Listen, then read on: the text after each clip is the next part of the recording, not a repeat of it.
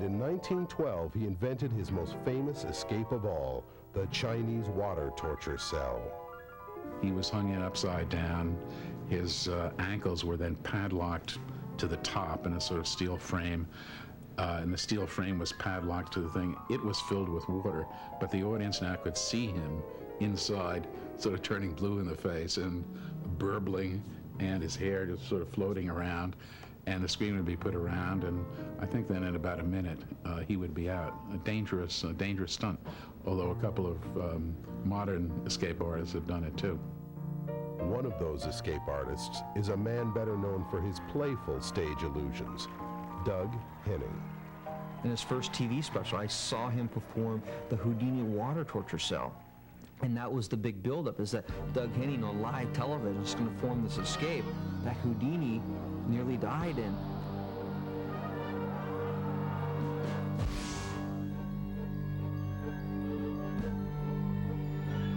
Imagine the feeling of being placed underwater, struggling to free yourself.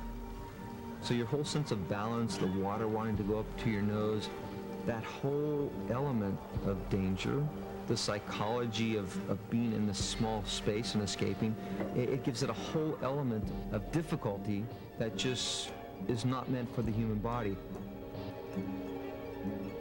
Now also the element of showmanship and presentation comes in, because you don't want to escape in 2 or 3 seconds. It may be the safer route to go, but your audience is going to go, that was too easy to escape from.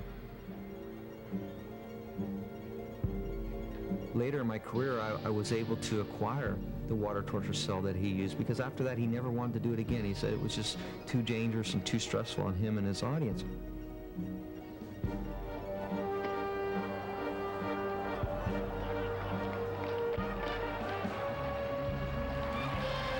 But irrational as it sounds, it is the very danger and stress that makes escapology so appealing. Now the last thing I want to do is to die in an escape.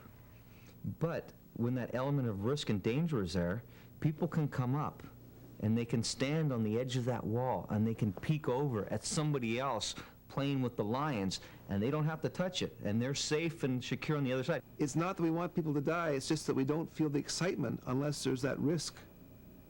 And that's why sometimes when things end in tragedy, we feel guilty, we feel terrible, because we know that we were enjoying everything up until that point.